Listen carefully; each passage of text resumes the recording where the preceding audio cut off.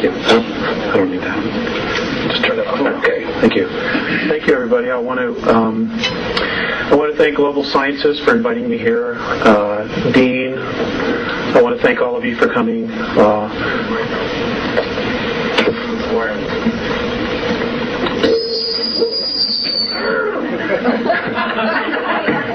I'm wired everywhere. And I want to thank my wife, because if it wasn't for her, I would not be speaking any longer. I want to just give you a brief background on how this all started for me. I grew up, for the most part, in Elk Grove Village, Illinois, and my grandparents had a cabin up in Woodstock, Michigan, which is in northern Michigan. And we were up there in August of 1964, and I experienced missing time. We had gone out to play into the fields, and I laid down in the tall grass, and I can remember throwing chestnuts out of the way to create a place for myself to lay. And when I fell asleep, and when I woke up, it was almost going on 9 o'clock. And I remember getting up and running back to the picnic area where the family was, and there was a police dog, a Michigan State police car there, and my folks and cousins, because it was kind of a family thing because everybody goes back to school. And I got the tar licked out of me for disappearing, and I told them where I had been, and they didn't believe me, so I took them back to where I was with the flashlights, and sure enough, there was my body imprint, and they swore they had been all through that area looking for me. It wasn't until age 14 that I actually understood what had happened then. I went to bed. It was just a normal night. It was in October. When I woke up, and there were 2 men looking down at me. And they were human beings, except they have no hair. And their skin is light blue, or at least Morinay, the very large one. His skin is light blue. Theseus is the elderly one, and I'll give you a brief background on them. Has turned white because of his age, but they are blue-skinned. They say that they are our cousins, and that we actually have some of their genetics inside of us. They originally came from Lyra, as all human life did in our galaxy. Human life does exist in other galaxies as well. And there's a lot going on. There's a lot going on. Okay.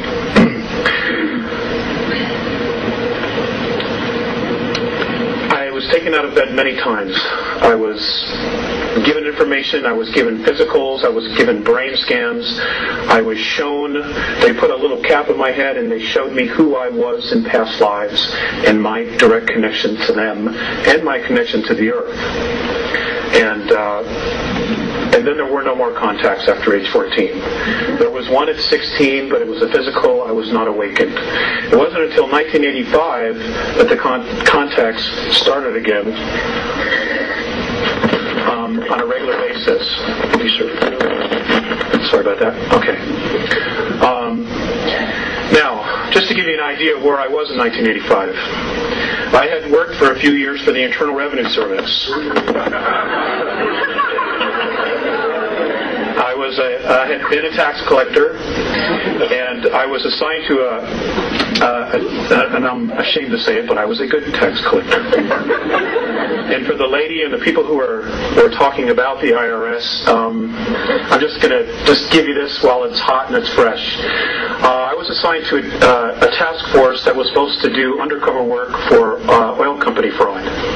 And our training was to be in Washington, D.C., and while I was there, I used my security pass to get into the National Archives.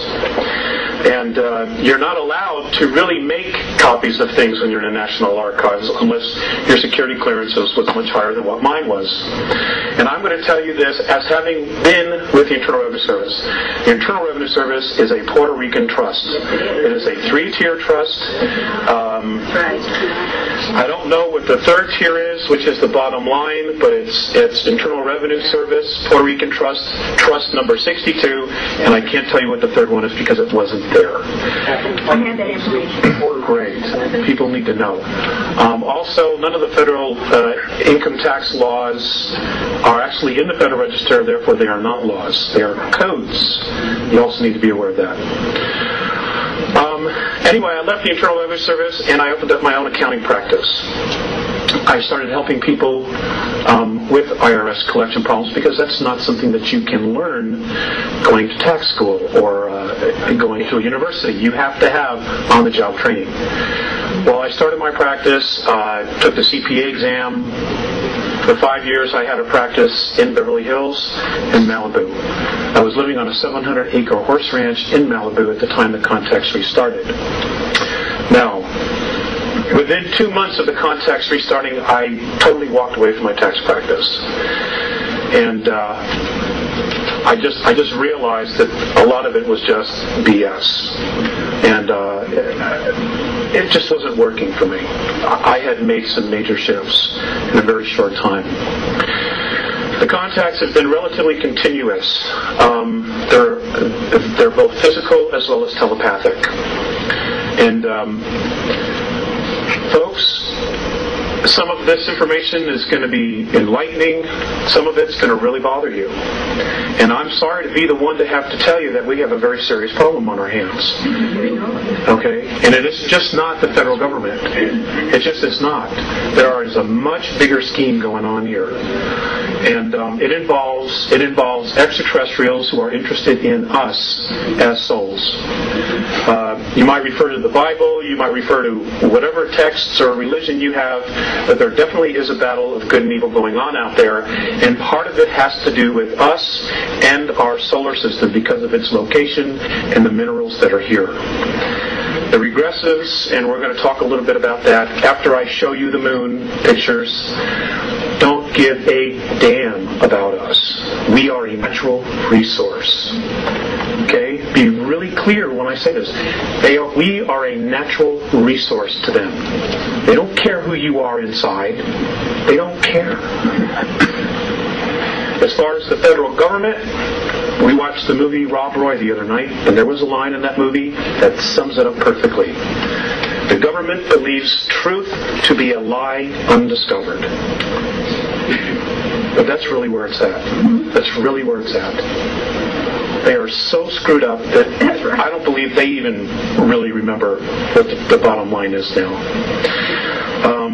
Okay.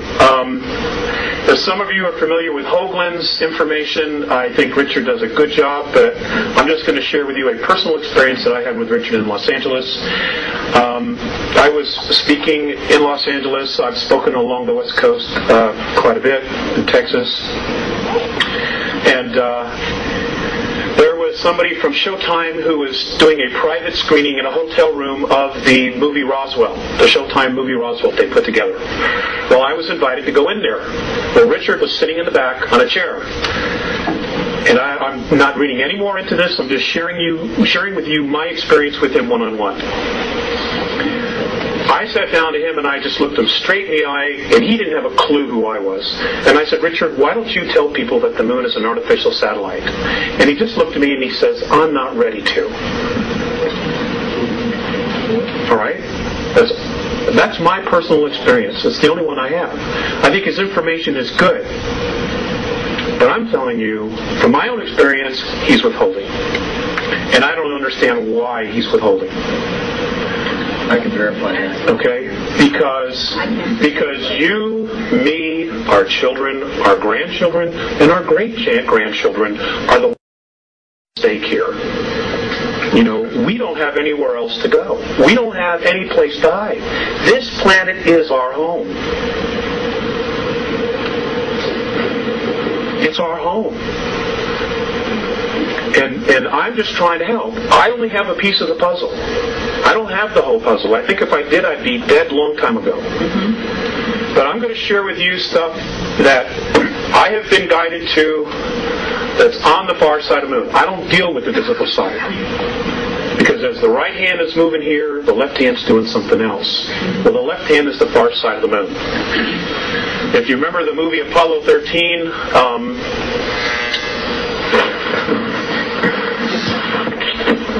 if you remember the movie Apollo 13, what? Move over? Oh, it's the lights. Okay. If you remember the movie Apollo 13, all hell's broken loose. They don't know if they're getting home. But they were so concerned about checking out and taking pictures of the far side of the moon. And here they are, they can't get home, but their focus wasn't on getting home, it was seeing what was on the far side of the moon. That is a true enactment, folks. Now I'm going to show you some of the things that are there. Now so you may have trouble adjusting your eyes to seeing some of this. Some of the things you will not have any trouble whatsoever. These photographs, I was told specifically where to look, were taken by the Lunar Orbiter 4 from August of 1966 to August of 1967. They show so much. I mean, if you know what you're looking for, it's unbelievable. It's unbelievable. You know, and there's no way our astronauts missed this stuff. There's just no way. You know, 21-mile bridges, 7-mile monuments, ships sitting in the middle of craters. I mean, you know, you're going to see it. Okay? I'll tell you what the Andromedans, Morine and Visayas, have said about the moon. And I want to take questions, so I want to get through this. They have said that our moon is an artificial satellite. In fact, it is a spacecraft. Much of the debris on the surface was put there and was built purposely to make it look like what it isn't. Okay, it is hollow, it is metal underneath it, and it has the ability to leave our orbit under its own power. They say it came from Ursa Minor, from a solar system that would have the symbol or would have the name in our language of Chauta. It was one of 4 moons that rotated around the 17th planet. Now it was built, this sounds just like Star Wars, it was built around that 17th planet. It was then put into the tail of a comet and then dragged here. And when it got to this area, it removed itself, and the first place it parked itself in our solar system was the planet that we now know of as Maldek, which is the asteroid belt. It was one of 2 moons that belonged there. Maldek was the first inhabited planet in our solar system. It was very much like Earth. Mars and our planet were terraformed from Maldek, or Malona, or whatever name you want to call it. It was terraformed. In other words, all the plant life and everything that is on the surface and animal life was brought here. It was brought here. You know, science tells us that, you know, everything started with a single cell. The Andromedans laughed at that. You know, and Visayas said to me, well, if that's true, then how does that one cell know to become a brain cell and a kidney cell? I couldn't answer him, because I don't know. He says it is impossible. Our solar system has been engineered, built and engineered. Okay? The whole solar system. We're going to get into some more of that, but I want to get going on the slides. Honey, you want to come up and help us with that? Let's see. Okay, according to the Andromedans, now folks, I just want you to keep an open mind. You know, I'm not asking you to believe this, I'm sharing information with you. If you choose not to believe it, hey, that's fine. I ask you to exercise your free will. And if this gets too much for you and you don't want to listen, I've already checked. None of these chairs have seatbelts. You can absolutely leave. I will not be offended. I don't like doing this anyway. I would much rather stay home and raise a family. Okay, but I made a promise, and, you know, we want to have a family, and, you know, I have pieces of the puzzle, and if I don't do anything about it, then I'm just as guilty as the NSA astronauts and the Russian astronauts that have been on the moon and been on Mars since 1958. Okay. Lights, please. Turn it on. The light. There we go. Okay. Our galaxy. Let me raise it up. No, we need something, a videotape or something to put underneath it. I'm the handiest guy I know. That's good. That's it. Thank you very much. Okay, we can lower that. No, here. Wait a minute. I got it. Here. Okay. All right. Okay. Ladies and gentlemen, According to the Andromedans, space travel has existed in our galaxy for 4.4 billion years. Okay, we are literally the new kids on the block.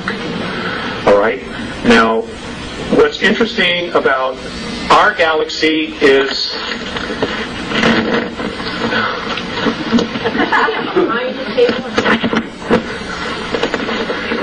All right.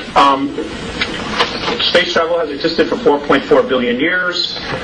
The interesting thing about our galaxy is the fact that we have many different races living here. In particular, the human race, which we are a member of, and what we call the reptilian races, which we are not a part of, but who very much don't like us, like the human race. Apparently this battle that's been going on has been going on for approximately 3.8 billion years between reptilian races and human races. Many of the races that exist in our galaxy migrated originally from Lyra during a war. Apparently, sometime in our ancient past, a group of reptilians were exploring, looking for minerals, looking for food resources. They came across a star system that was full of human beings who were agricultural in their nature. Abundant food, they just had everything together. And the reptilian races, they're called the Seekar. In the Andromedan tongue, we know them, or we would know them as being known as the Draconans, because they're from Alpha Draconis. And apparently they as a race were brought to our galaxy fully formed. Nobody knows where they came from or who dumped them there. But they were put there because it gave them the highest probability of survival. Well, they're a remarkable race. They're incredible builders, but they have an attitude problem. And that is that they believe that they are the dominant species and they control everything else. And they are also master geneticists. They value genetics, not gold or silver. They have no interest in that. It's life forms. And they try to control life forms through manipulating their genetics. We have also been subject to that. I'm going to try to cover a lot here. Anyway, there was a war. They were attacked. Many of the human races fled to Antares, to the Pleiades, to Cygnus Alpha, to Andromeda, to Cassiopeia, to Sirius, to Procyon, all over. They just scattered to the winds, trying to survive. Next slide, please. This is where our small little area is located. That which we see in the sky, this is where it's located. As you can see, we are in the sticks, the boonies. We really are. And this is why we've been manipulated and messed with so much as a planet and as a race. Because we have been, for the most part, considered insignificant. And then roughly 5,000 years ago, somehow they found out that we were no longer insignificant, and I will tell you why. According to the Andromedans, in our physical form right now, in our genetics, we have within us the DNA of 22 different extraterrestrial races who have come down here and manipulated, who have bred with us, who have tinkered with us, everything imaginable. And that somehow we have all this inside of us. Plus the fact that we're coupled with spirit. And this is something that the Greys have a major problem with. And I will cover that as well. Now, because we are the only race in our galaxy that has these genetics of 22 different races, because we are also spirit, they consider us royalty. The Andromedans consider us as royalty. Now, one of the factors that they look at, and the thing that totally awes them the most, is the fact that many of the more advanced races use technology to create things, to manifest things. The Andromedans are heavily use holographics. Whatever they need, they create holographically. It is physically there, but when they're done with it, they turn off the switch and it's gone. It doesn't just sit there. All right? Like if you go home and your couch, you go away for a year, that couch sits right there. They are amazed at how much energy we put into creating things. Just things. Little tchotchkes that you put on the shelf, books. All those things take an intense amount of energy to create. They're amazed that we have this ability. The other thing that amazes them is they're also amazed at how easily we can allow our own kind to starve, to go homeless, and to kill each other. They do not understand that at all. Okay, and destroy our environment. One experience, I'll give you two experiences. One experience was with Visayas. I had just come up on board, and I was being led into a room, and Visayas had been watching a television transmission from Chicago. And policemen had just shot a black man that was running away. And then the policeman apparently ran over and tried to save his life. Okay? Visayas turns to me and he says, I don't understand your race. I don't understand why one would try to take his life and then the next minute try to save it. I didn't have an answer. In fact, many times I don't have an answer. Another time, I came on board. I was living in Lake Arrowhead at the time, and Mornay was looking at a group of meters on the ceiling of his ship, and it was all about the ozone and the air, oxygen content in our atmosphere. And he looked very distressed, and I said, "What's the matter?" And he said, "Don't they understand that all of this is here because they need it? They don't understand how we can just so carelessly destroy our environment." Now, folks, I want to share something with you. If there was not divine intervention, which apparently there has been, March 23rd of 1994, if there has not been divine intervention, and I will cover that, according to the Andromedans, we would only have 41 years left worth of oxygen in our environment. 3,500 years ago, the oxygen content, they say, was at 35, fluctuated between 35 and 38% between the North and South Poles. Today, at its highest level, it's less than 18%. Now, those of you who took biology, what happens to the human form when oxygen as a gas goes below 15%? We die. We suffocate. This is reality, folks. This is reality. This is not Peter Jennings. Okay? This, I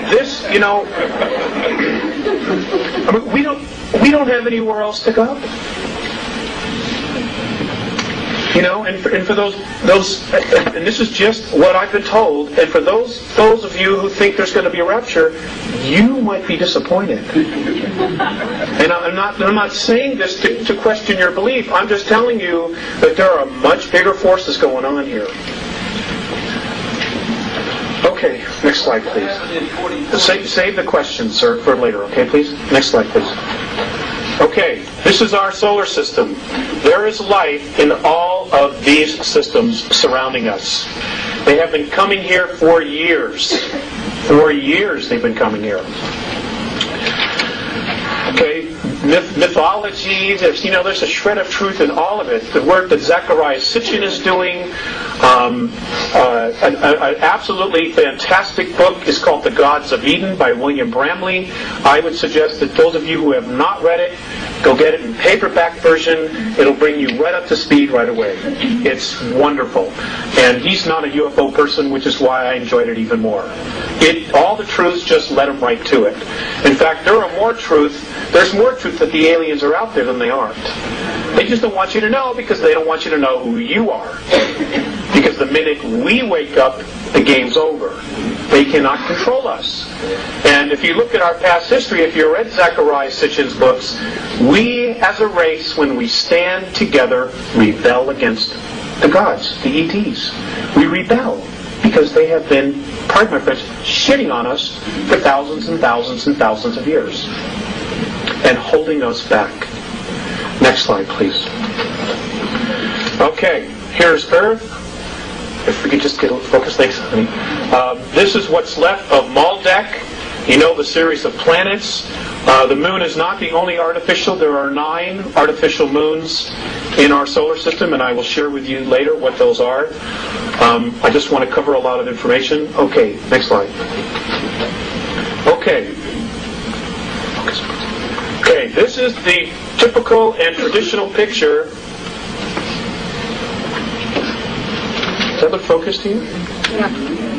Okay, maybe it doesn't. Okay. This is the traditional picture that we see of Earth. We got an awesome home, folks.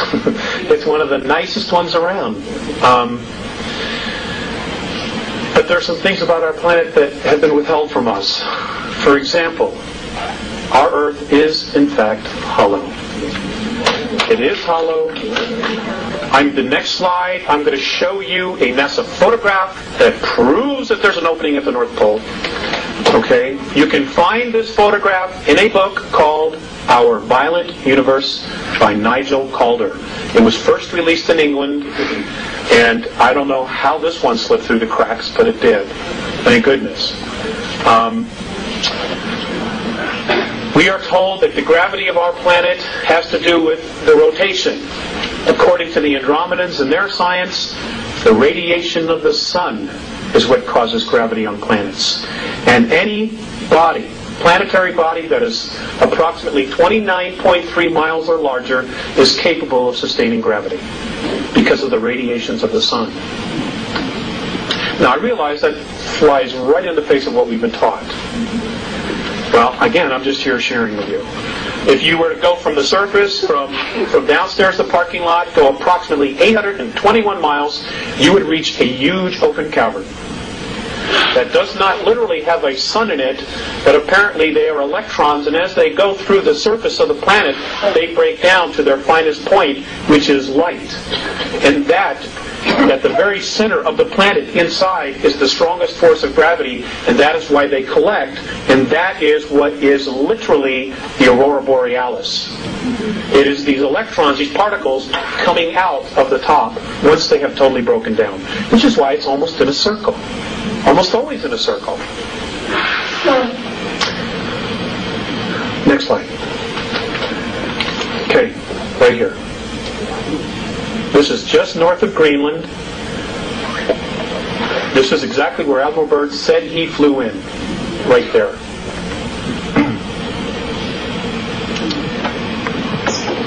This was taken in 1979. Now you mean to tell me the Gemini, the Mercury astronauts, the Apollo astronauts, when they came back, they missed this? I don't think so. I don't think so. If you can get your hands on the book, there's a color photograph. This is a photograph from the book. It is, folks, it's there. Whoops, there it is. It's there. Next slide, please. Okay, our moon. Our moon is quite the enigma. Apparently our moon was brought here 11,213 years ago. To be exact, in the month of March, that we know is the month of March. It came here as a base, okay, as a ship carrying ETs. They were coming here to colonize. They did, in fact, colonize. In fact, many of what's left of them are living underground in our planet from 100 miles to 200 miles beneath the surface. Now, I've gotten a lot of crap for talking about this, but I'm just not going to shut up. The beings that brought this satellite here to our planet in the last 25 years are responsible for over 31,000 children disappearing from the surface. And I don't know if you're paying attention, but over 100,000 children a year are vanishing from the face of the earth. And folks, they're being taken out of here. And the governments know. The world governments know. All right, and we're going to cover that. We're going to cover that. Next slide, please. Okay, did our astronauts really go there? I know that there's been a lot of talk that maybe they didn't go there because of anomalies and pictures. A lot of talk that maybe they didn't go there because of anomalies and pictures. Many of the pictures were faked because the pictures that the astronauts took, there was stuff all over the place. They couldn't hide it. Yes, they did go. But yes, there's been a manipulation of other things put in there that supposedly looks like our astronauts. So, we have to use common sense when we look at these things. The next slide, please. Did our astronauts see things? Absolutely. Mornay has told me that the United States government, just our government, has at least 53 of its own UFOs, flying saucers, that are stationed on the moon, on the far side. And I'm going to show you where he says they are. It's in one of the slides. They did, but they were told to shut up, not say anything. Many astronomers who have been taking a look at the moon, many of the lunar rovers and the cars that they drove have disappeared. They're no longer there. Well, they just didn't get up and float away. Okay, the moon has got gravity. Especially on the far side, it's got gravity. Mornay has told me that if you take Copernicus crater and you stood at the bottom, that the gravity is equal to that of Chicago. As if you were standing in Chicago. Because again, it is not the rotation. It is apparently the sunlight. The sun's radiation that creates gravity. At least this is what they say. Now, our moon does not turn on its axis. It rotates around the Earth, but we primarily just see one side, or only 59% of it. By the way, our moon's the only one that does that. It's the only one. Next slide, please. Okay, this was taken out of National Geographic. This was in the early 1950s. This was NASA's idea of what moon bases would look like. They, in fact, did do this and create this in February of 1958. So when Kennedy said, we are going to send man to the moon, part of our government, primarily the NSA, was already there. They were already there. Now, folks, you don't hear much about the Russian space program, but let me tell you something. They are a major player, and they are also here. And they don't work for us, neither does the NSA. They work for international bankers who are the new priesthoods for extraterrestrials. And we're going to cover that. Next slide, please. Okay. According to the Andromedans, there were primarily 9 huge domed cities on the moon, the front and the back. They housed up to 5 million extraterrestrials at one time. There was water, there was vegetation, there was everything they needed. Okay, and these covered hundreds of miles. So when Richard shows you the pictures of the things, the shards, so many miles tall, 9, 10, 15 miles, whatever it is, he's right. He's absolutely right. But there's more. There's more. Okay, next slide. Okay. This is along the equator on the far side of the moon. This is what's left of a pyramid. There are 4 pyramids on the moon. Excuse me. Okay? Now, I can assure you that the pharaohs, just to practice, did not take the Hebrew or the ivory up here, build one, then bring it back and do it right in Egypt. Didn't happen. According to the Andromedans, almost all the planets in our solar system have pyramids on it. Some have more. I've asked why. Some people say they're tombs. The Andromedan perspective is that these are weights. And what they do is you put them in a strategic location, it balances the rotation of the planet. It doesn't keep it from wobbling, which means that if the ETs are there colonizing, there's no major fluctuations in weather and gravity. Gravity anomalies as well as the electromagnetic field, which is around every single planet. It has to be balanced. That's what these are for. That's why Giza is directly dead center of the landmass on planet Earth. Next slide, please. Okay, can we just focus this a little tiny bit? Okay, folks, I want you to focus on this area right here. I want you to focus on this structure in here. For those of you who are architects, please feel free to, say something about this. This area right here, you can see the curves, the angles. There's another bridge here. I want you to notice these lit up objects inside the bottom of the crater. We've got a close-up of it. Next slide, please. Here we go. Okay, here's another bridge. Apparently this is inhabited by extraterrestrials from Orion. These are, I'm told, are domes. Does everybody see this? Okay. I'm also told that this is a road that goes into here. There's an elevator that goes up to this area here. And when they land, they take an elevator or something down, and then they can walk, because there's atmosphere on the far side of the moon. Which is why the astronauts took pictures of clouds. You know, I mean, it's unbelievable. You know, the snow job that we've been given. It's nothing what we've been told it is. Nothing. Just turn it 180 degrees. Right. Next slide, please. Okay, I want you to focus on this.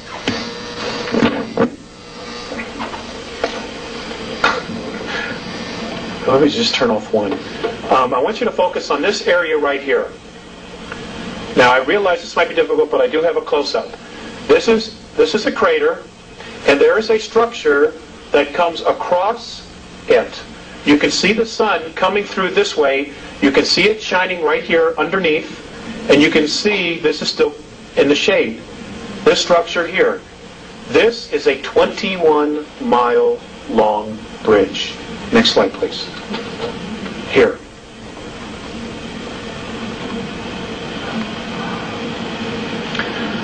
I'm always updating. I'm always trying to get clearer pictures. This is 21 miles. Now, you may not see it. You may have to adjust your eyes. I know this isn't easy, but this is it right here. Okay? You can see the sun shining through here. Now, we didn't build this. And how is it that our astronauts missed this? 21 miles. That's from here to almost to Boulder. Next slide. Okay. Look at this. Just sitting there apart. This was taken by the Lunar Orbiter in 1966. Next slide.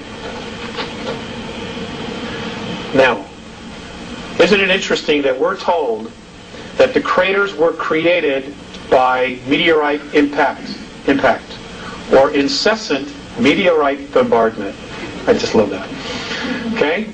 And yet, you have full-fledged mountains in the dead center of these craters. Many of them are even higher than the crater walls. Folks, that's just not possible. It is not possible. You have craters that are 30 to 40 miles in diameter.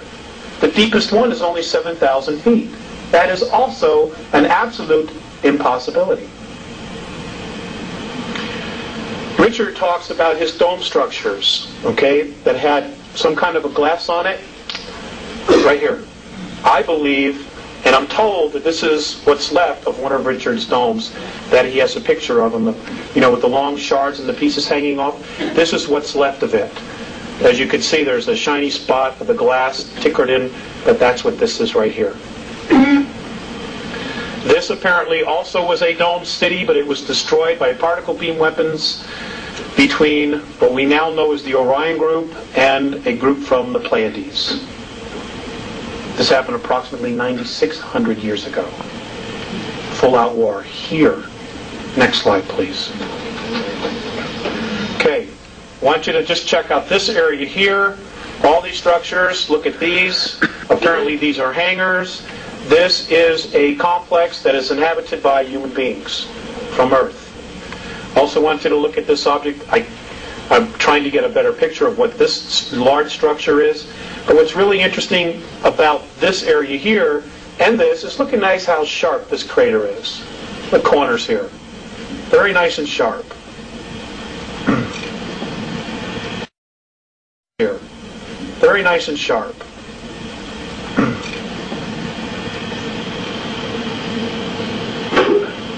Next slide. This is, I just wanted to show you this structure here. This is absolutely not supposed to be there, and apparently it is the ruins of a ship that was destroyed 9,600 years ago.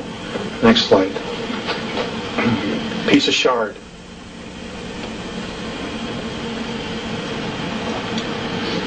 2 miles. 2 miles tall. Piece of what? Shard, piece of metal. Next slide, please. Okay. On this photograph, I want you to just take in the landscape. Okay? I want you to take in the landscape of what you see here. Now, I want you to look, focus in on this area right here. I want you to look at this area here, and I want you to compare it to the rest of the landscape. Just focus your eyes for a minute. Okay? I want you to focus on this area, and then the rest of the landscape. What's unusual about this area right here? Anything else? Maybe the way these things are all lined up together, nice and neat, and then these structures right back here. Next slide. Okay, here's another picture of it. Okay. Oh. Is that a monument there, that dark shadow? This here? No, that's an arrow. That's my arrow. Okay. This area here, I have been told by the Sayas and Mornay both, is a base that was built by the United States, the Russians, and the British with the help of bankers, using technology that was given to this elite, this ruling family, by the Greys in 1954. They've been up here a long time, and this is actually considered a resort. This is not Club Med.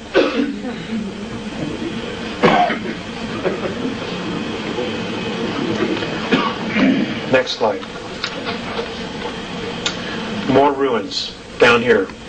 Here and in here. These are not supposed to be here. These are pieces of spacecraft apparently that were destroyed 9,600 years ago in a war that took place in our solar system. Next slide, please. Okay, this is the same structures I showed you earlier. Here's some more ruins. Now I want you to look at this area right here. This apparently is what's left of a dome, one of the dome structures. And these pieces that you have on the inside are pieces of the roof that just fell to the floor of the dome. You can look, you can see it, you can see there's the circumference. Here's part of the wall that's fallen down this way, okay, and here is part of the dome that is still intact. If we go to the next slide, you might see a little better, but we'll have to focus it right here. No, maybe not. Okay, this was also destroyed in that war 9,600 years ago. Next slide, please. And if you can see this, this is very light. This is a piece of a bridge that crossed this crater where half of it's gone and half of it is just still standing there. I don't know exactly how many miles across this is. But again, how did our astronauts miss this? Next slide, please. Okay, these are more ruins. I myself have even had trouble seeing some of the things in this, but they've been very strong about this particular area, so I felt it was important to include it and just share it with you because maybe somebody in here will see something more than what I see. You know, people often do. So I'm just trying to share it. These structures here, it's a weird place. Again, this is along the equator on the far side of the moon. A lot of those craters have a rising piece in the middle. Yes, sir, they do. Yes, sir, they do. And, you know, some of them are full-fledged mountains, and they're just not supposed to be there. Next slide, please. Okay, now, look at this.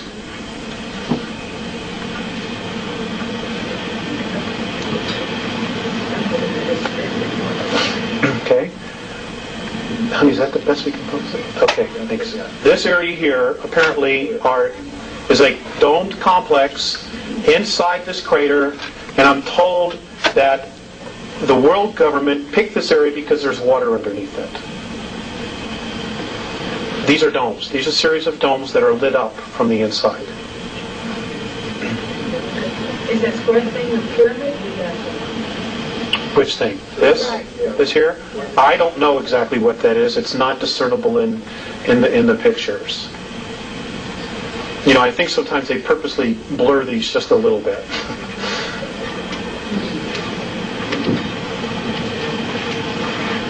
Next slide, please. Here's another area in another crater. This is all lit up from the inside.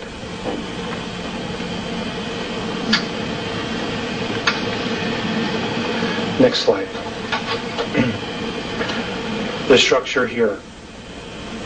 This piece, this thing here, this length of object, whatever it is 13 miles. And it's just sticking up outside, out of the crater. Next slide, please. Okay. Now, I want you to look at this area right here. Everybody see this area? Is that a yes? Okay. How many of you have been to the Sears Tower in Chicago? You ever been to the top? It's about a mile high, right? That's what they say. It's about a mile high. Next slide. Here it is again. Now, I want you to know these photographs were taken from... This particular photograph was taken by the Lunar Orbiter at 86,000 feet. Okay? According to Morine, this is 7 miles high. And it's a monument to one of the old ETs. Next slide. Here's a close-up of it. What kind of was it? Your suspicions are pretty accurate. Back up just one more time. Okay. Now let's look. Now just look at the rest of the terrain here. Okay. Look at the rest of the terrain and just look at how this sticks out. 7 miles. How come our astronauts missed it? I mean, I hate to be redundant, but I'm just hoping somebody will have the answer. Next slide. Oh, we did that. Okay. One more time. Okay. This particular area, I'm told, is now being reactivated. They say, Morine and Facetious have said that all of this are ruins and that there are underground facilities all through this area. And I just wanted to share it with you because they're very strong about this particular area. And this is a dome that is apparently that was still left intact.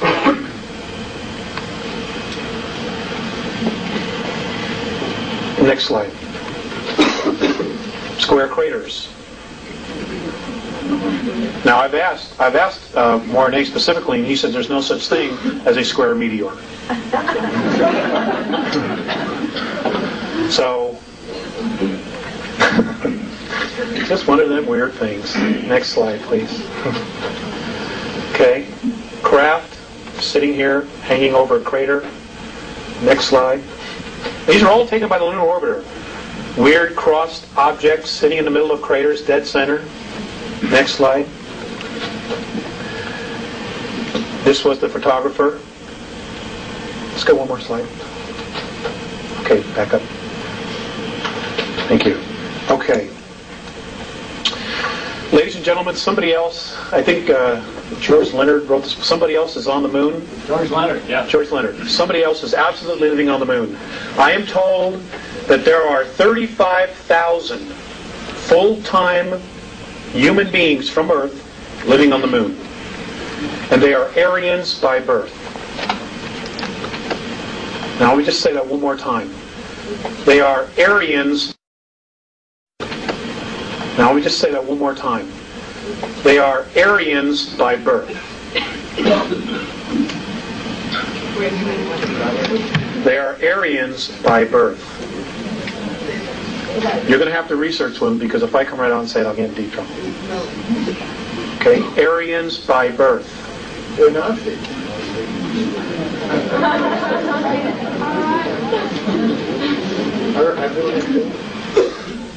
They're also there with extraterrestrials. Between the moon and our Earth, there are 18,000 grays here. There are only apparently 2,000 real grays left. All the rest are clones. They're robots. They're organic robots. And microprocessors are grown in their head. And they are controlled by some kind of a radio frequency. Now, the Greys and the Orions also have this technology to absolutely replicate and duplicate a human being. And for those of you who are familiar with the old Dr. Beater stuff, before he was killed in a parking lot in Dallas, I would suggest you go back and re-research that information. Except he was told the Russians were doing it, and they're not doing it. It's extraterrestrials who are doing it, who are trying to undermine the free will of those of us on the surface of the planet. Because this is our home. Okay, Mars. I'm still working on more information, but I'm going to show you a couple things and share things that I've been told about Mars. The first thing I want to share with you about Mars is that, again, everything we've been told about it is wrong. Mars' atmosphere is full of oxygen and ozone. In fact, the local San Diego paper on March 23rd of 1995 flat out said that in 1971 they had discovered it was full of ozone. Well, folks, you go to the library and you pull out any book that you can find on Mars, written by any scientist on this planet, and they don't say virtually anything about ozone. But it's there. We're told that that its actual gravity is about 1%. Well, if the atmosphere is so feeble, then how is it that it can have 300-mile-an-hour wind storms? If the atmosphere is so feeble, how is it that it can hold water at both poles? Next slide. Let's go next slide. I'm sorry. At both poles. And there's water at both poles. This is water, H2O. We're told that the Martian atmosphere never gets above 129 degrees below zero. And yet, this past February or March, you had a picture from the Hubble telescope of Mars and the North Polar Cap melting. Now, I'm not a scientist, but tell me, how does water melt at 129 degrees below zero? I'm open. I'm open.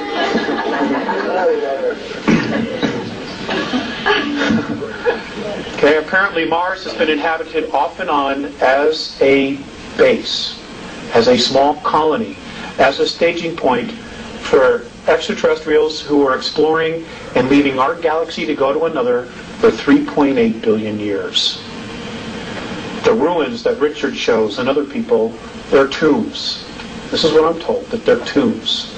And that there's far more there than is being shown. Most of it's been buried. Because during a war previous 69 million years ago, Mars was almost exactly like Earth. In fact, Mornay has said that many of the animal life that was on Mars is on Earth. That when we get there, when we as a race get there, publicly get there, we will find that there were dinosaurs. Many of the exact same animals and mammals and reptiles were on both our worlds. And that Mars had a totally different orbit. It was literally pulled from its orbit, and as it was pulled from its orbit by 19 million miles, it rolled like a ball 3 times. And the water that was here just moved everything. And that it's been reactivated. It was reactivated in 1989. Now, I did a lecture in Dallas, and I've been talking about this information for several years now. And I was told that in 1989, Orion troops landed on Mars and took over colonies that were settled, created there by Terrans, us, by human beings from Earth. They came in and just took it over.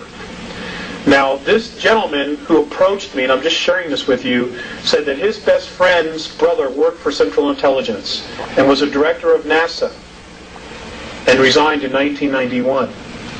He said that his brother told him that the meetings on Malta, on the ship, just off the coast of Malta between Gorbachev and Bush, were about what was going on Mars and that they were scared to death. Now, folks, I got to share this with you. The beings that are here from Orion, they're into control. They're into control. There is no such thing as self-rule in the Orion Empire. There is a hierarchy. Now, if you look at our planet, if you really look at what's going on our planet right now, there's only one nation that truly cherishes self-rule and actually has real experience in self-rule. That's the U.S. And we're armed to the hilt because our Constitution says we can be. This is why the focus is on destroying the United States of America. Okay, the UN, the World Order, all of that stuff, they're all taking orders from ETs, and they're scared to death. But they are willing to sacrifice this nation.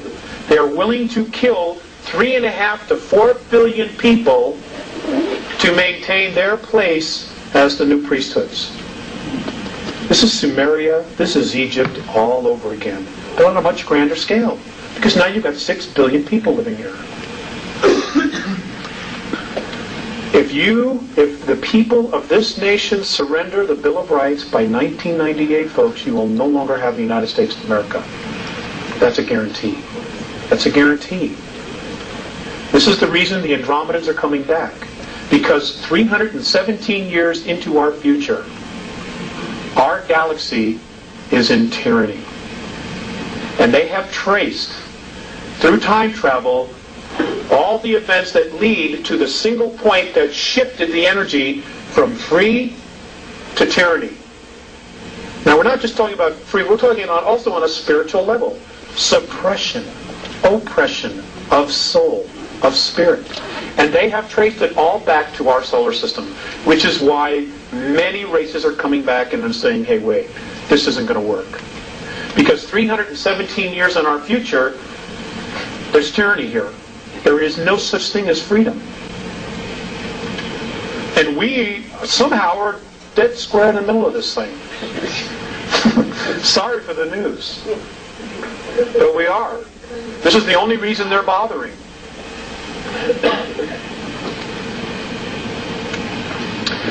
Next slide. Save your questions, please. Write them down, okay? You all know about the face, or most of you, I'm sure, do. There is a lot more in this area that needs to be explored. Those of you who are researchers, please get pictures of not the face, but go north, where the mountains are.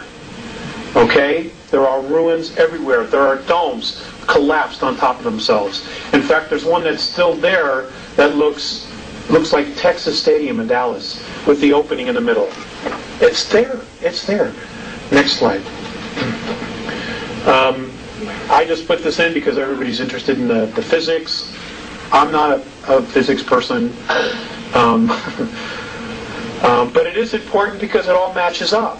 You know, there are symbols in all of this. In fact, I want to share with you about crop circles. I've asked a lot of questions about crop circles, and I'm told that there are 2 groups leaving crop circles. There's the Andromedan Council, which is made up of 139 different races, which is putting encoded information into the Earth to help stabilize it from Earth calamities. They're trying to buy us time. And many of the other crop circles that are being left by Orion. Now, where are they coming from? They're coming from Hale-Bopp. Hale-Bopp. Hale-Bopp is not a comet. Which are ships are going to move out of the tail and move into an orbit around Mercury. And this is in February, March of '97, and they're going to tell us they're here for sure. That'll be the latest. The highest probabilities is that by the end of November of this year, after Spielberg's movie about Roswell is released, they're going to start telling you that they're coming, that they picked up signals. And the truth is they picked up signals back in 1960. You know, and in fact they were already on the moon in 1960 with extraterrestrial help. So, I mean, the whole thing is a conspiracy within a conspiracy within a conspiracy, and it is all to keep keep us fat, dumb, and stupid. Not to spook the herd, as a friend of mine said. Because they fear us. They fear us. Because if we stand together and we ask for benevolent help, folks, it's going to be there. In fact, I've been told that the Andromeda Council has already decided to directly intervene, but I don't know what that is. I can tell you this, that the Pleiadians are at full-fledged war with the Greys outside our solar system. They're dying on both sides. This is going on, and the Hubble telescope sees it, and there are 2 Hubble telescopes, not 1. The Russians sent one up. But you're not being told about that. Next slide, please. Olympus Mons, 15 miles high. 1979, NASA admitted that they saw water vapor and ice clouds going over it. That's 90,000 feet. Okay, that's higher than the clouds on our planet. Now we're told that the circumference of Mars is 4,200 feet. The Andromedans say, wrong. They say it's 11,230 miles. It's 3 times the size we're being told it is. The Andromedans also say that if you look at the planets in your solar system and you look at the brightness of those planets, that is proof that we live in a binary star system. They say we have 2 suns. But because of the rotation and the position of our planet, we never see the sister. But if you're on Venus, Mercury, or the others, you would see it.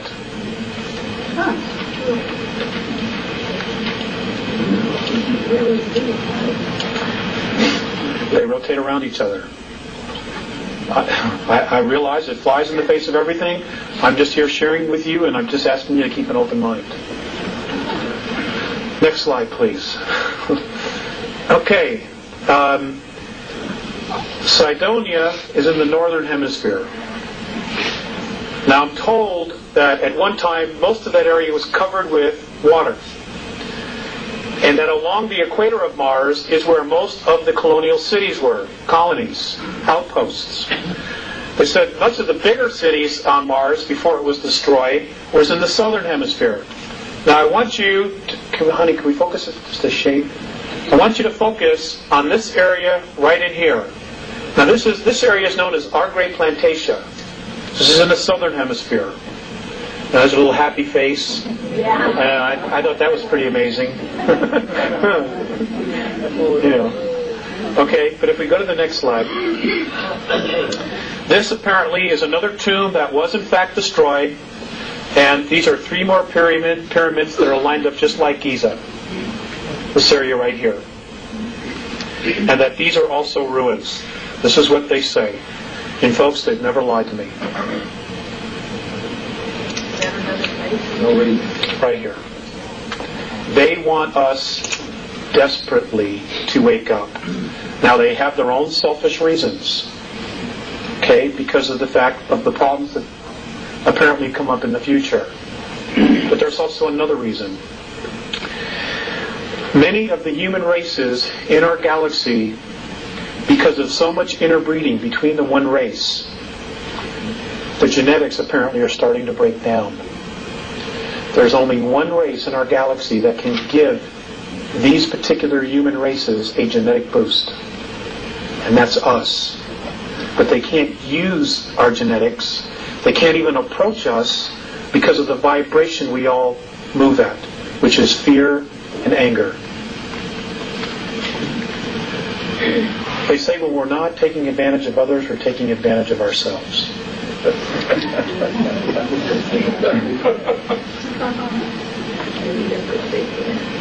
correct. It hasn't stopped the regressives because they vibrate at this frequency, and they've also helped to propagate many of the belief systems that we have right now. We have real problems because this is all coming to a head by the year 2000. They're going to be here in 97, and official protocol ships from Orion are going to be here.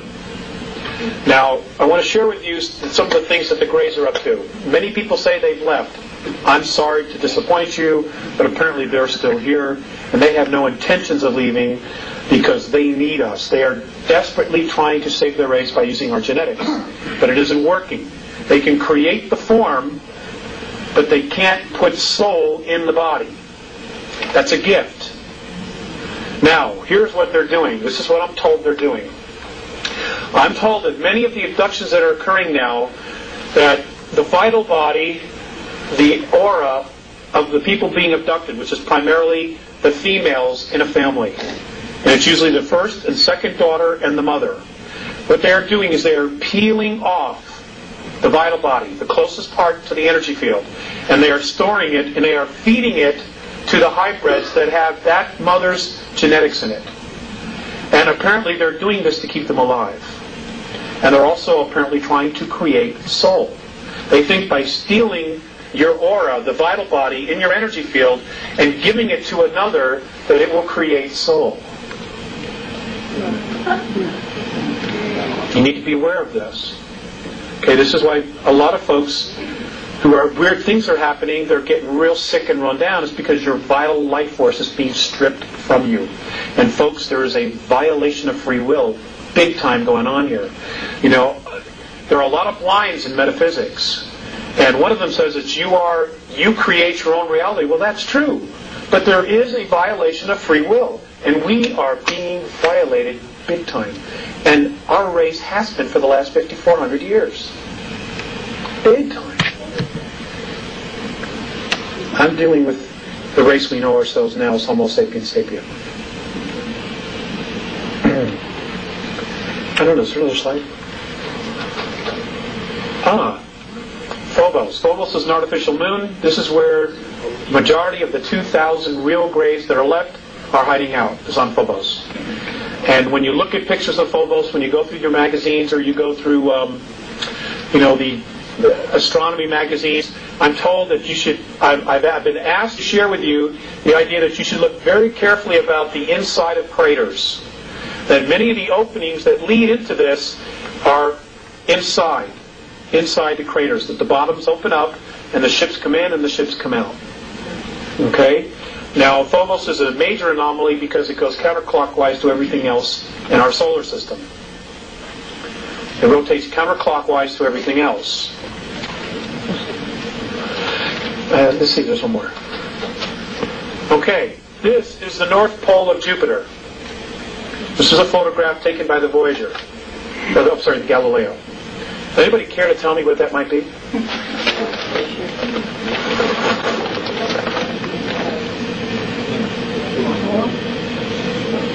I don't know either. Yes, that's the North Pole. When it went over, it photographed this sitting there.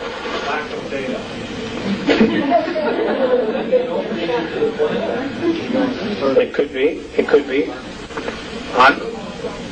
I'm just sharing it with you because I want you to think about it.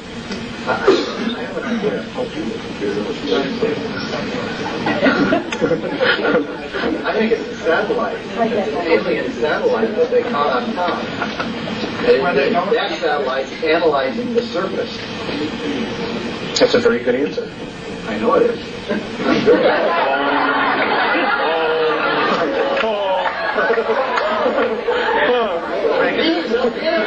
One day they'll get it.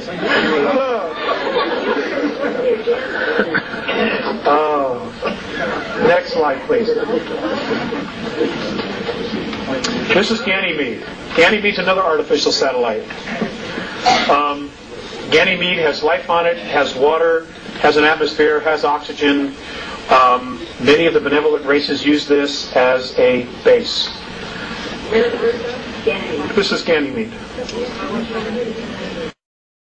Has an atmosphere, has oxygen. Many of the benevolent races use this as a base. This is Ganymede. I'm sorry? That's Jupiter. It's one of the moons of Jupiter. Now, if you look carefully at the satellite we just sent up there, and you look at the rotation of what it's focusing on, the moons that it's focusing on will tell you an awful lot about what it is that they're looking for. They do nothing without a reason. And let's see, is this it? Okay.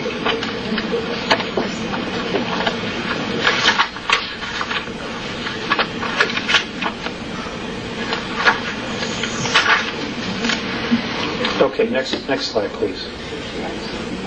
I think that's the last one. That's the last one. Okay, we can have the lights be great. Thank you, Dean. Okay, and I can come out from behind here.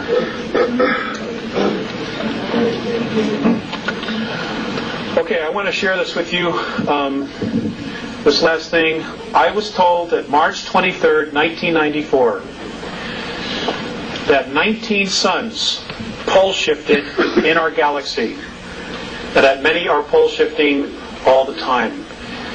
At exactly the same moment that the suns in our galaxy pole shifted, a color and sound frequency started emanating from all the black holes in the known universe.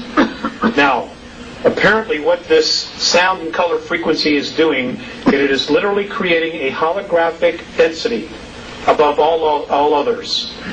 And on a numerical level, it would be, on our level, it would be considered the 12th.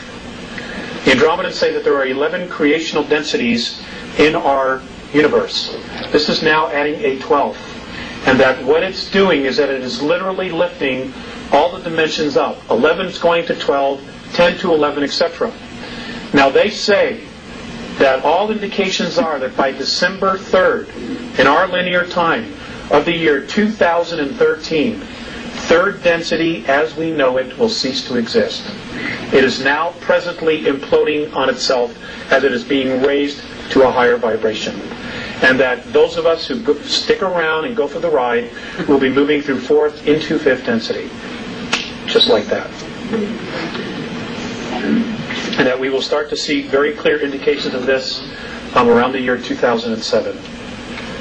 Now, apparently the Andromedan Council, which is a group of 139 planetary systems, and I can't tell you exactly how many races because I don't know, has made a decision and has told all of the extraterrestrial influences in our solar system, both benevolent and non-benevolent, and those who are in the middle, to be out of this solar system no later than August 12, 2003. I don't know how they're going to back it up, but apparently they've decided they're going to. So they want them all out of here. Now, if this happens, and they do leave, you're going to see incredible things. If they do not, I have been told to tell you this, that there's a very high probability that we will wake up one morning or go outside one night and the moon will not be there. It will be towed towards Jupiter. And they will deal with the energies that are there out there. Because if they have to go to battle and the moon gets destroyed, it will destroy most of the Earth because, pieces of it will come here. Plus, it has an energy source inside of itself. Okay, it's a spacecraft. So this is another possibility, and I talked about the tides. I mentioned the tides, and Mornay said, "Hey, that's no big deal. We can just get you another one." Apparently, it's no big deal. Planetary science is no big deal when you're at that level of technology. Yes, ma'am. I noticed that the moon had moved closer to Earth. What do they say about that? About 2 years ago? Apparently, it's moving closer all the time. The Andromedans say that it's moving 9 inches closer to us, and we're not being told about anything about it.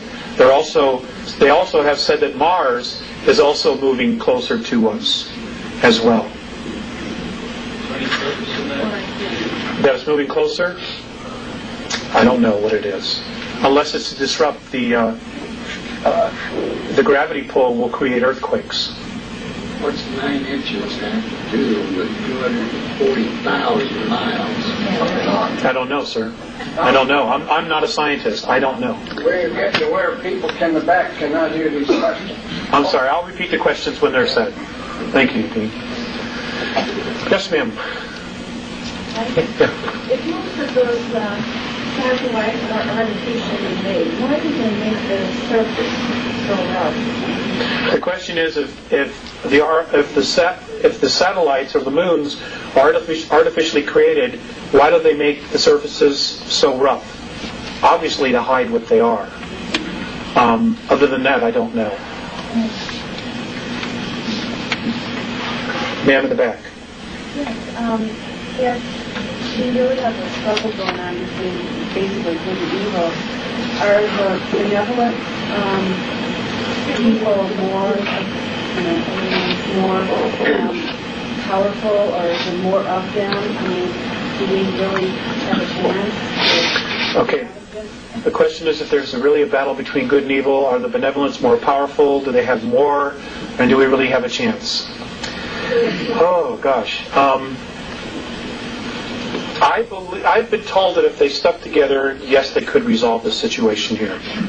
But there are some significant problems that they have. Now, back in 1985, when I was being told all of this, there were a lot of discussions going on back in Andromeda about what to do with us. Now, half of the Andromedan Council didn't want anything to do with us. And their reasons were this.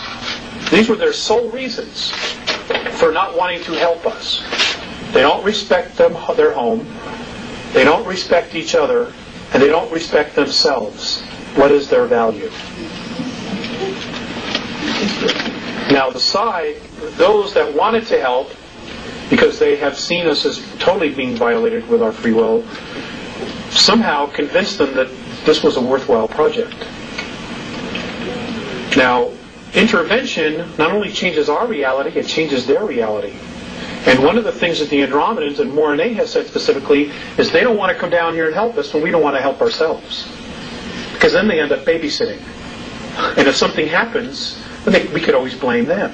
And the cycle starts all over again.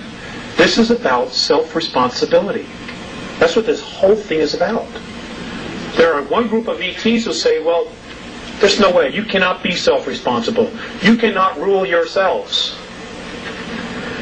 And then we were given this opportunity 200 and some odd years ago to try this experiment. And we succeeded in doing it. But now we're being lulled back into a place where we want somebody to take care of us. Yeah.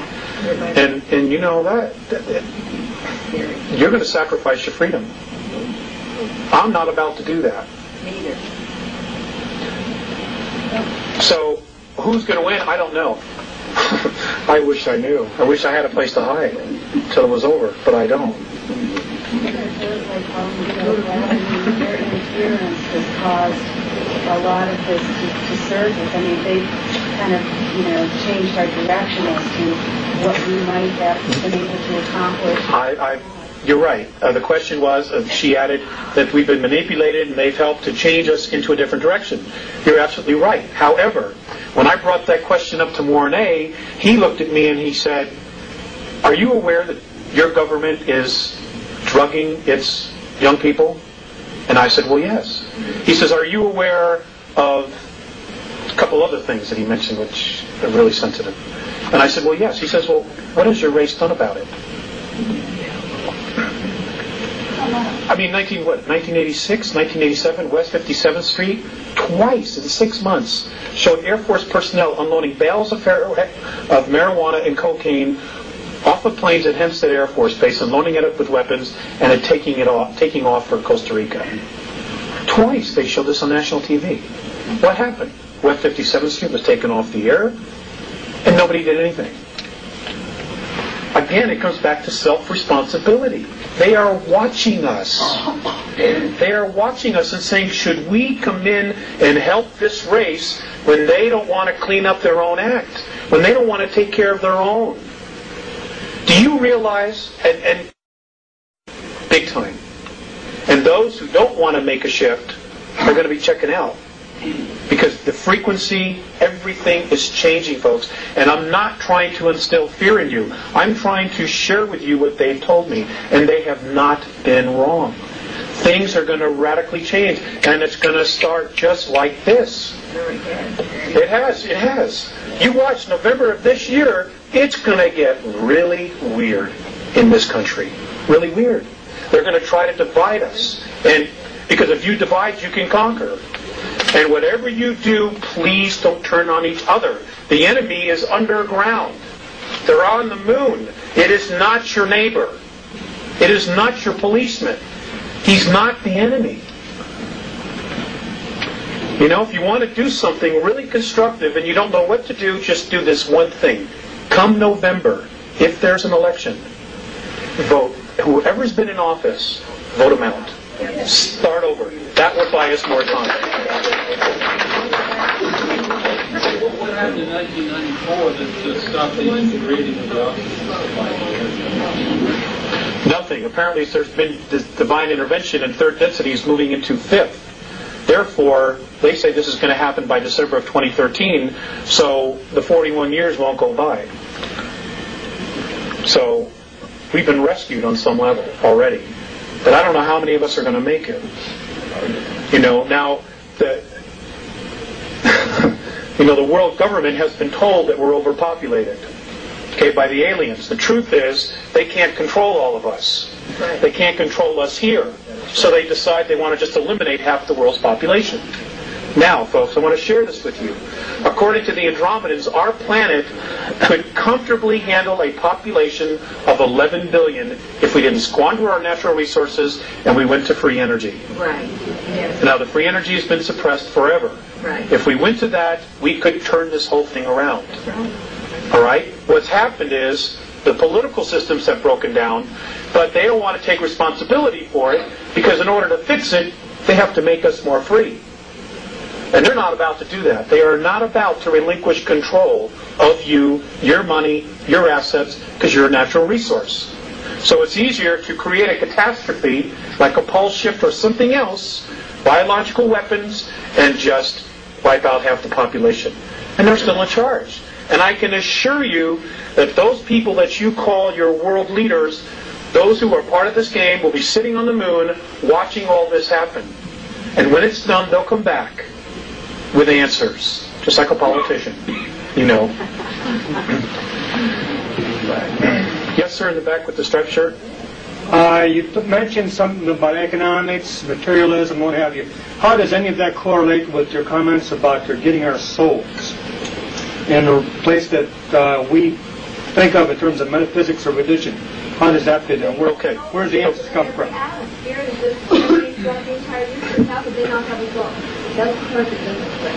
Who could not have a soul? The Greys? The clones that... No, I'm talking about... I'm referring to the clones, the hybrids that they're creating. They do not have soul. That's what I'm told. That's right. They're not actual beings. Microprocessors, organic microprocessors are grown inside their brains. These blues and their grays are not living here. Some of them are not, no. The ones who are not clones? Yes, they do. What was that question back there? I still didn't get it. We got off. Yeah, where does soul and spirit get into this? Okay. It's a possible solution. Why are they so interested in us? Now this is really going to stretch your belief systems. I am told that a majority of the physical beings, human beings that are in third density, not only on our planet, but in 21 other systems, who are experiencing the same problem we are having, are beings that apparently at some time in our past were at 11th density. Now, the Andromedans have said that our universe, what we know as our universe, is in linear time, and this is the only way that I can explain it is as we count time, is that our universe is a 21 trillion year holograph. It's a holograph. It's a picture within a picture within a picture, or a dream within a dream within a dream, however you want to look at it. And that apparently many of the souls on third density were at 11th density. And for some reason, this collective group consciousness decided they wanted a different perspective. And they literally fell into the concept of time, into physicality, and literally carved out of nothing what we know as third density. Now, third density to many of these other races is like putting your hand in Jell-O and trying to move it back and forth. There's so much resistance, it's so dense. And yet here we are literally creating all this. That's how powerful we are. That's how powerful our minds are. Which is why there's been so much focus on brainwashing, on trying to make us victims or believe that we're victims. Because the minute we wake up and we take a step back, detached, and see our situation for what it really is, they've lost control. It ends there the minute we awake. And this is why channeled information, so many different races and beings are trying to light the fire underneath us. Because they can't directly come in and interfere unless a percentage of us ask for permission. Because then it's a violation of free will. And they've done exactly what the regressives have done. Even though it was for our own good. You cannot violate free will. That's the law. So they are trying to help us awaken and at the same time try to make us think it's our idea. That's the trick. And it's working, I think, to a degree. But, how quickly it's working, I just don't know. I'm scared. I'll be perfectly honest with you. I am scared about what the next 4 years are going to bring. What about the earthquakes? A lot of it is. I'm sorry. The question is, what about the earthquakes? Some of them are natural, and some of them are being caused. I wish I had a board. But what's basically happening is you've got a planet that is vibrating at a frequency of fear and anger. You've got this new frequency called the 12th density, which is lifting everything up. Well, these really dense energies cannot move up. So the planet herself, in order for her to move up into 5th density, has got to cut loose with this energy.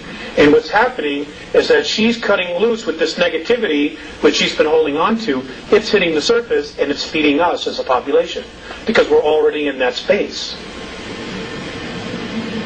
There are predictions of wars. Oh, God, we're all primed. We're all ready for it. The whole world's broke. Everybody's looking for food. The world has got a food supply of 53 days. The entire world. The United States of America, should there be a catastrophe, has only a 7 days food supply. What happens after those 7 days? Are we going to start feeding off each other? That's our MO.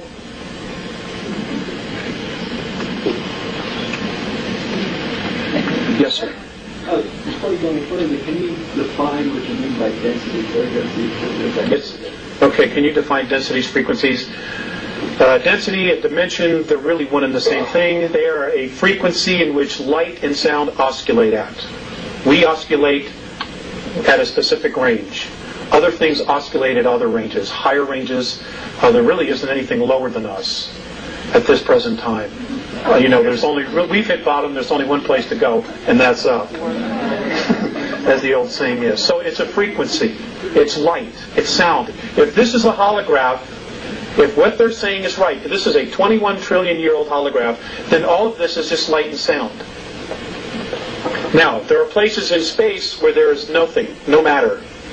According to the Andromedans, those are areas that have not been magnetized by thought. Now, with the first aspect of physicality, the first sign of creation, they say, is the electron. The moment that particle is magnetized by thought, it comes alive. And it starts to create and manifest whatever is energizing it or magnetizing it. I know it's out there. I still have trouble with understanding a lot of it. Yes, ma'am. Does this time frequency that you see us for the 2013, does that have anything to do with what's... I still have trouble with understanding a lot of it. Yes, ma'am. Does this time frequency that you see us for the 2013, does that have anything to do with what some people are talking about, some of the astrologers and others about the entryway into the photon band or photon belt? The question was, does the time of 2013 have anything to do with what astrologers or astronomers are saying about the photon belt? Ma'am, they have never mentioned anything about the photon belt. In fact, the Andromedans have absolutely no belief system whatsoever in astrology. And I don't mean to offend anybody, this is their perspective. They say it's all a belief system. How does it all agree with King James Version? I don't know. I'll tell you. The gentleman said, why does this all agree? He said, why does this all agree with the King James Version? How does this all agree with the King James Version? Well, I will just tell you, this is a very touchy subject. I will just tell you this, that Mornay has told me that it is more important to know why you believe something than the fact that you believe it. And in their opinion, the fact that we all believe, or a majority of the people believe in the book of Revelations, that we are literally going to self-fulfill it. What we think we create. I say, who else? I see somebody pointing at somebody else who doesn't want to raise his hand, probably. Yes, ma'am, in the back. Richard Hoagland talks about... Could you stand up? I can't hear you. Okay. I'm sorry. Richard Hoagland talks about hyperdimensional physics, Mm-hmm. and through that we can change our reality. So this is really what you're saying, is that if we believe in the book of Revelation, we're created. So wouldn't it be an idea that if we change our thought about the year 2015 as something other than a outline there, and that's sort of what he is saying, is hyperdimensional physics can allow that person to change their reality through their thoughts, and it's basic metaphysics. And that would be eliminating fear, because if we go into infinite fear, we cannot change our thoughts. I don't know, when you said you were afraid, it made me concerned about your information, although I really think your information sounds to me very valid. But when fear can change that reality, that makes any sense? Yes, it does. The fears that I have are my own.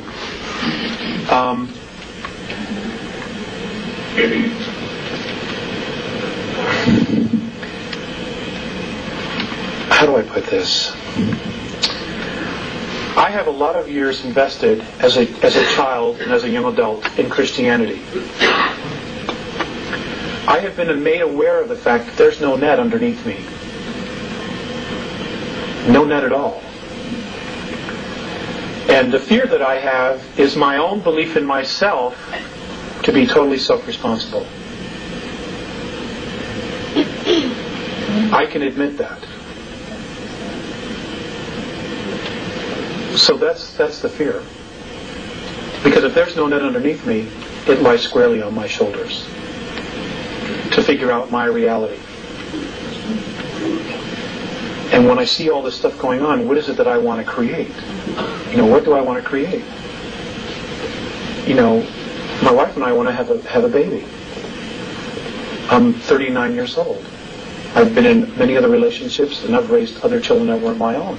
Now I want to raise my own. And, there's a lot of things going on that influence that decision. So, I share the information, but I'm also sharing myself. So, you have to take that whatever way you want. Yes, ma'am. Question about reincarnation. If, say, the Earth is destroyed, where are the souls going to reincarnate? Are we going to be going to other planets where they have similar life forms? Or we're supposed to go into, or what? What's the period? Okay. The question was about reincarnation. If the Earth is destroyed in the future, where will all these souls go to continue to reincarnate? That's a great question. I will share with you a couple things about that. Their theory, the Andromedan theory on that is this. They say that all physical matter that is in this 21 trillion year old holograph came out of what we know as black holes. So the Big Bang theory is correct in its simplicity. But apparently what happened was some other universes somewhere also went through the process of evolving, and those things that chose not to evolve, to raise their frequency for whatever reason, were taken into black holes, and because spirit cannot be destroyed, it has to create another space to continue to evolve. Now the Andromedans call that space consciousness. They call our universe consciousness, because that's what created it. They say this is happening all over again. And the London Sunday Times, this past Sunday, for those of you on January 1st, the London Sunday Times on the back, apparently the Hubble telescope has found a floating black hole that is moving through, it's right now in Virgo, it is floating, and it is pulling some suns, some stars into it, but not others. And they're gone. And they're actually watching this thing now. And that's the London Sunday Times, January 1st, for those of you who want to go to your newsstands and try to get it. It's on the back page of the front section. Big article. Okay, so, there's a God. And whatever she has decided to do is going to happen. Actually, I asked about that, and they said that, that they call it the isness. They themselves don't know exactly what it is, but just that it holds everything together. But that if they had to give it a gender, it would be female. Because it creates life. Yes, ma'am. One of the crop circles, or a couple of them actually, this last summer, showed the planets around the sun, almost like your one picture was there with the asteroid belt.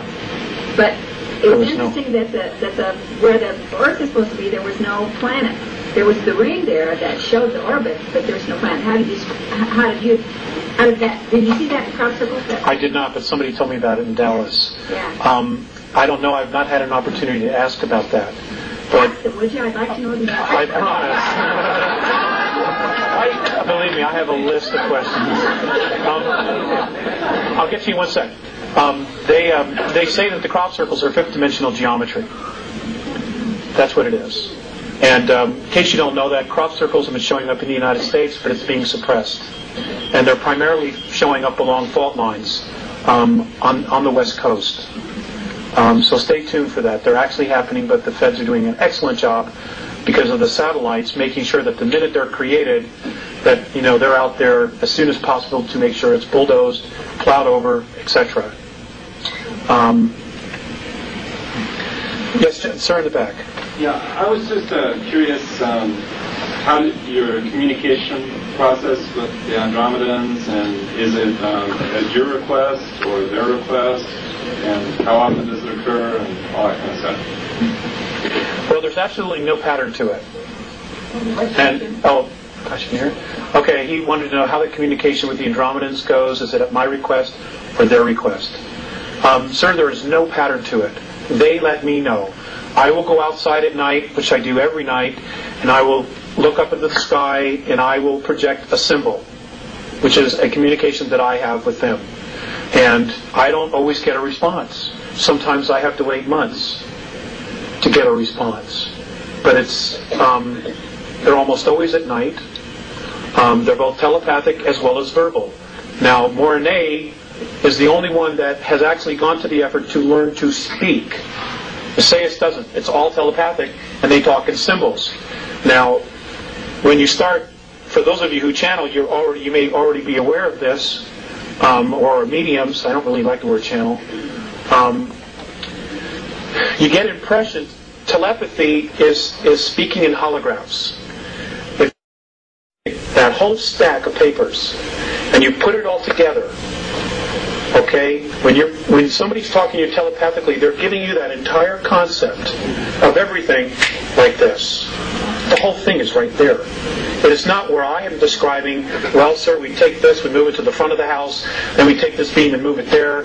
It's not like that. You get the whole thing instantly. And then you have to learn how to unravel it. It's taken me years to do this. And they've been really patient. And I'm not the only one. They're talking to 3 other people. I'm the 4th. There's one in Argentina, who I don't know yet, but I've met somebody who does know him. There's one in Asia and one in Europe. And there are other groups that are also contacting a lot of people here. Because we're different. We are really different. I'm not saying we're better, but we're different. And they apparently see some value in us, those that really want to help. Even the regressives see value in us, which is why they're so hell-bent on trying to control us and to suppress us. Now, ladies and gentlemen, there's a lot of energies coming. There are a lot of earth changes that are coming. I can tell you this beyond a shadow of a doubt, absolute proof, positive, inside of myself, because I've been shown it. In 8 years, Southern California will be 8 islands. That's it. It's all going to be water, except for those mountaintops. So if you have family there, you got to let them know. New York City, by the year 2000, will not be there. It will be ash. It will be sacrificed. It's going to be sacrificed. The powers that be have already made that decision. Sacrificed. It'll be a sacrifice. An offering. An offering. Those souls that live there, their energy is going to be an offering.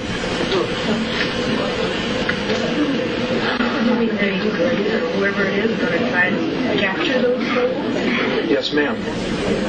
Yes, ma'am. Yes, ma'am, they can. It's because what's underneath. Yes, sir. Now, he's supposed to look at a man-made phenomenon. Natural phenomenon. That's correct. Couldn't hear a thing. He said, he asked the question, basically he made a statement, the East Coast is going to be a man-made phenomena, and the West Coast is going to be a natural phenomena, and I agreed with him. How does that agree with Casey's revelation? I don't know, sir. I don't know. He said it would be destroyed. I don't know that he said it would be bombed. It was going to, an act of terrorism would turn it to ash. By when? By the year 2000. When you said the California was Sir, I don't know. I could start any time. Truly, it could start any time.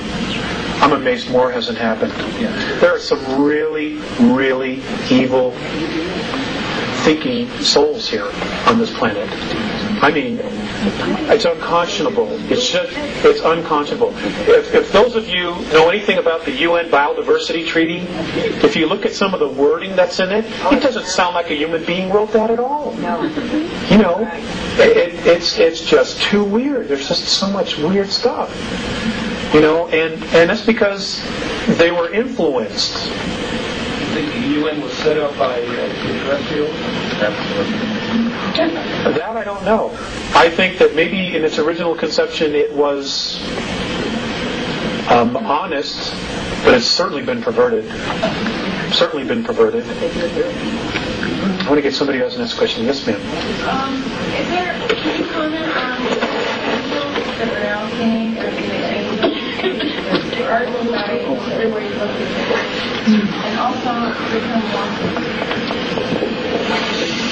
Okay, the question was, can I comment on angels and can I comment on walk-ins? As far as angels, the Andromedans consider anybody who has spirit to be an angel. You know, you make your choices. You walk on one side or you walk on the other, or you find the middle path. Most of us are on one side or the other, and we're desperately looking for the middle path. It's just spirit. They're just folks on the other side, beings on the other side who are trying to help and influence us to make decisions for ourselves. If any of these angels supposedly tell you that they have all the information and that they need to follow, you need to follow them, like i.e. Ramtha, you need to be you got to use more common sense and really trust your gut instinct. Because this is all about our evolution. You know, if it's true that we've been on 11th density, then we have knowledge, we have experiences that none of these other races have. And we already know how to do this. And we already know. And we just have to somehow find out those keys. Every single one of you in this room has a piece of this puzzle. Every single one of you. You know? And you gotta honor that piece that you have. And you've got to honor yourselves. Don't let anybody tell you that you're not awesome, because you are. You are so awesome. It's just beyond words. You know, they want to consider you a natural resource. You will only be that if you believe it. It's that simple. This does not have to be a major struggle. Unless we just stick our heads in the sand and go into denial. I mean, how could you be in denial of all this stuff that's going on? I mean, it blows my mind. The regressives consider us a natural resource. They feed off of us. We make things for them. We produce for them. We create energy for them. They harvest our thoughts. We can create things out of thin air, literally out of thin air, that they need technology to do.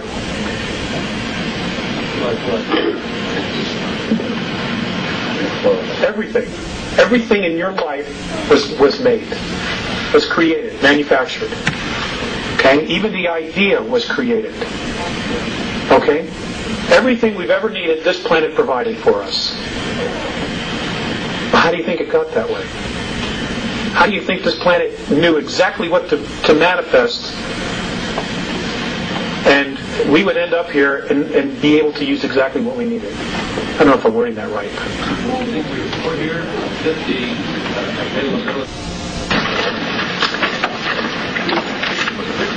Okay. Now these things are supposed to happen in the next 9 years, by 2004. Number 1, scientific proof of dimensions and higher self-consciousness. Now, ladies and gentlemen, your consciousness, your thoughts, who you are, is not in your brain. The only reason that our bodies have the brain is so that our soul, our greater selves, whatever it is, can make the body move. Okay? Your essence is in your energy field. It's in your aura. That's who you are. That's your life force. That's where your consciousness is. It's not inside this bone right here. It's here. It's all around you. 2, reincarnation will be scientifically proven and demonstrated. 3, acknowledgement of other life in the galaxy and universe. Ample proof already exists on Moon, Mars, and on the Earth. 4, extraterrestrial contact from at least 9 different races. That's going to blow some minds. Introduction of free clean energy devices based on magnetic fields of energy. Of course, they will be introduced. You notice the word there. They've already been built. That the Earth is hollow, incapable of sustaining life, and the existence of a city known as Cal-Ni-Gor, which is in the hollow Earth, that was originally built by Lyrans. Lyrans were one of the original races of human beings. Number 7, rediscovery of the lost lands of Atlantis in the Atlantic and in the Pacific, a very large temple complex still intact that belonged to Lemuria, approximately 150 miles southwest of Easter Island. Well, that's going to blow some minds. Number 8, reality that all we see in the physical is a holographic imprint directed and created from a higher portion of ourselves. Apparently, the next 18... That's going to blow some minds. Number 8, reality that all we see in the physical is a holographic imprint directed and created from a higher portion of ourselves. Apparently, the next 18, 19 years, we as a race are going to evolve over 150 years. It's going to be like that. Which is the way it should be. I mean, for every... I don't know if you're aware of this, but for every 2 years that passes, military technology advances 44 years. Do you have any idea the toys they have that you paid for?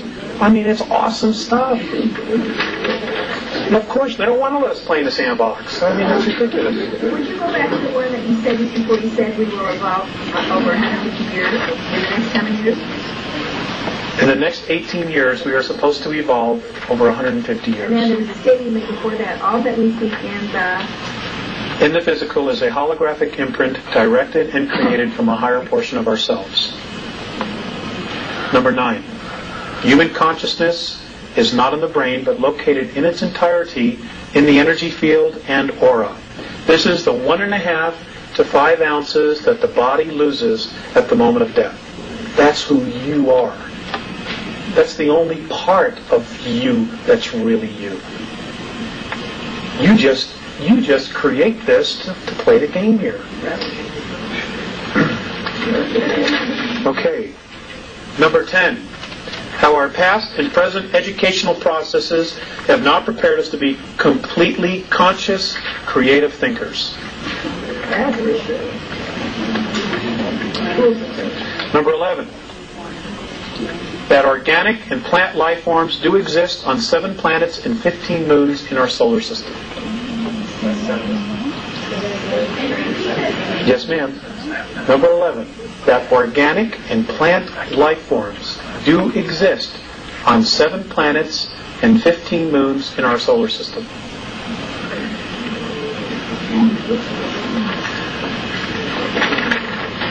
Now, just because we don't have the technology to pick it up doesn't mean it isn't there. Okay? Number 12. Rediscovery that each of us is a part of the whole of the universe, and we are a significant part of that idea that we call God. And that God is the idea called love.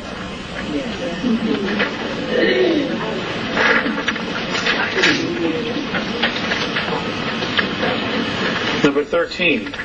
That this accelerating self-discovery being experienced was created and activated by all of us. So, well, sir, that's the $64,000 question. You get the answer, will you call me and let me know? I guess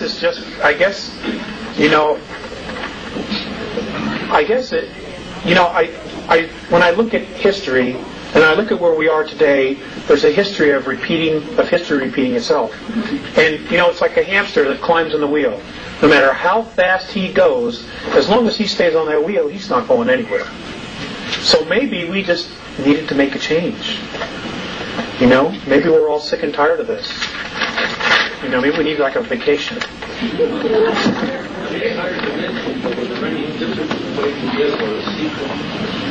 My understanding, sir, is that they are different. Your consciousness is completely different. And this is important. There is a physicality on all dimensions. Okay? Because there's a physicality. It's different from us. For example, fifth density, we live in a color spectrum of 72 colors or light frequencies. Fifth density is 214.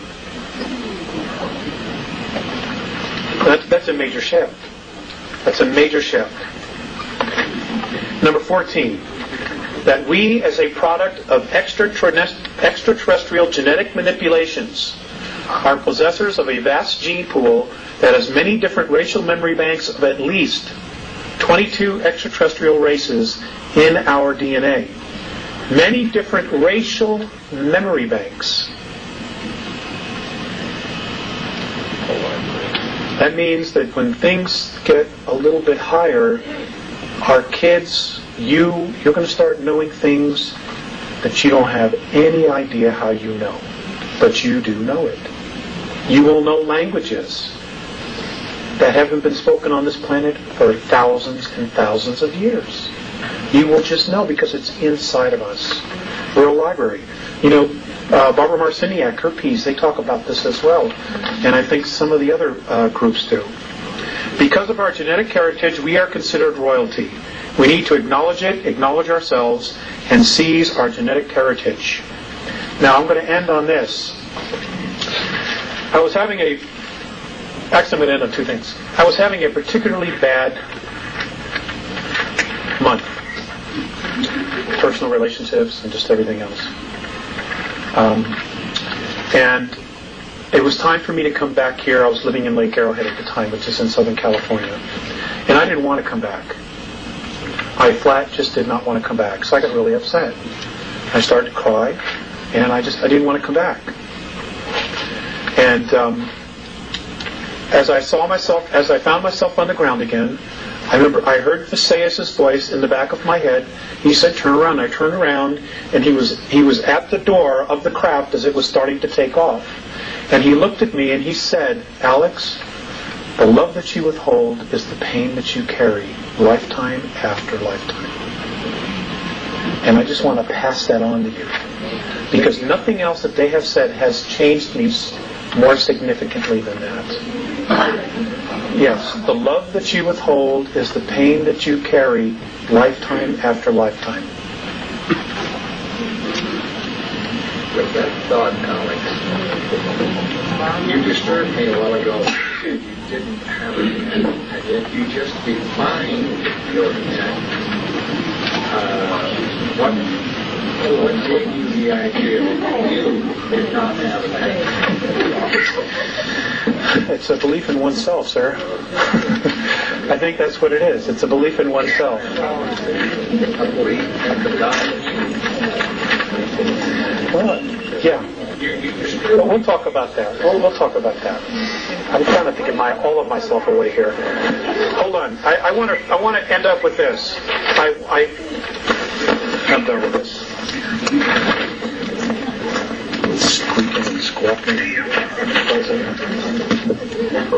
I once asked